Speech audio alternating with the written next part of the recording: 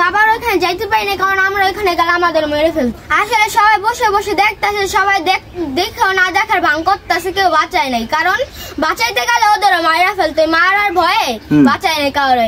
আমার বাবা যদি বাবার জায়গায় যদি অন্য কারো মারতো, বাবা তাকে বুকে নিয়ে যায় হাসপাতালে ভর্তি করতো।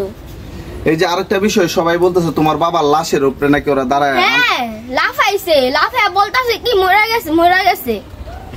ওদের বুকের উপরে দাঁড়ায় দেখো ওদের কেমন লাগে। এদিকে এদিকে আঙ্কেল এদিকে।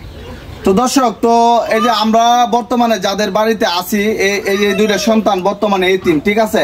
একসময় তার বাবা তাদেরকে কোনো কষ্ট দেয় না, আজকে তো বুঝতেছেন যে বাবা নাই, বাড়িটা শূন্য হয়ে গেছে। তো কেমন বাবাকে হারানোর পর মানে কেমন লাগছে, খারাপ লাগতেছে না? অনেক খারাপ লাগতেছে। বলার কি আছে, খারাপ তো লাগারই কথা।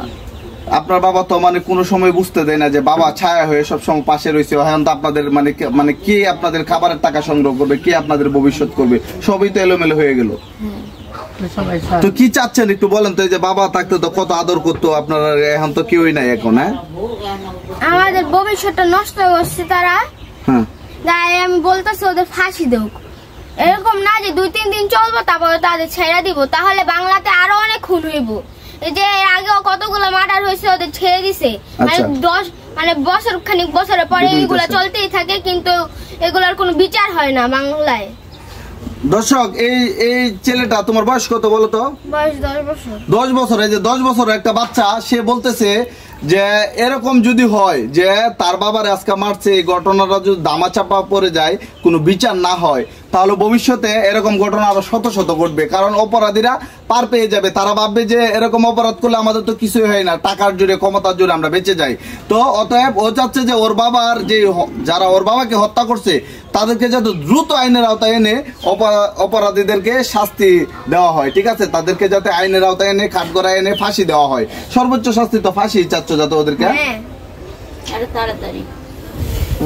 তাড়াতাড়ি ফাঁসি জানা হয়। আচ্ছা, আপনি কি হন? বোন হন।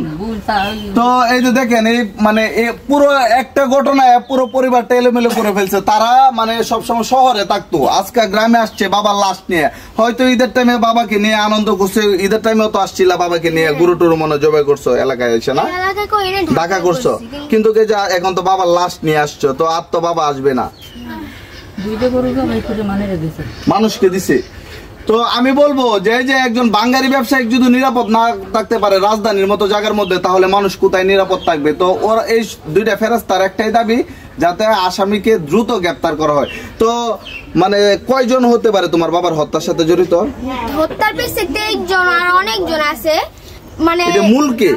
এটার মূল টিটু ময়ন কাইমুল, অনেকজন মূলের পিছে আছে, যাদের অনেক বড় বড় লোকজন, অনেক বড় বড় লোকজন, মানে তাদেরকে এখনো ধরা হয়নি, তাদেরকে আরো মানে কেস থেকে বাদ দেওয়া হইতাছে, পুলিশরা বাদ দিতে। আঙ্কেল এদিকে। হ্যাঁ, এদিকে। তো দর্শক, এই বাচ্চাটা বলতেছে যে যারা মূল তারা অনেক বড় বড়, মানে তাদেরকে মানে এখন আইনের আওতায় আনা হয় না। তোমরা জানো, নাম বলতে পারবা? না, নাম বলতে পারবো না, কিন্তু এখানে অনেক বড় বড় লোকজন। এই টিটু মমিকে তো টাকা দিয়ে বড় বড় লোকজন করছে, কিন্তু বড় বড় লোকজনই তো সব করতেছে, অনেক বড় বড় লোকজন আছে এখানে।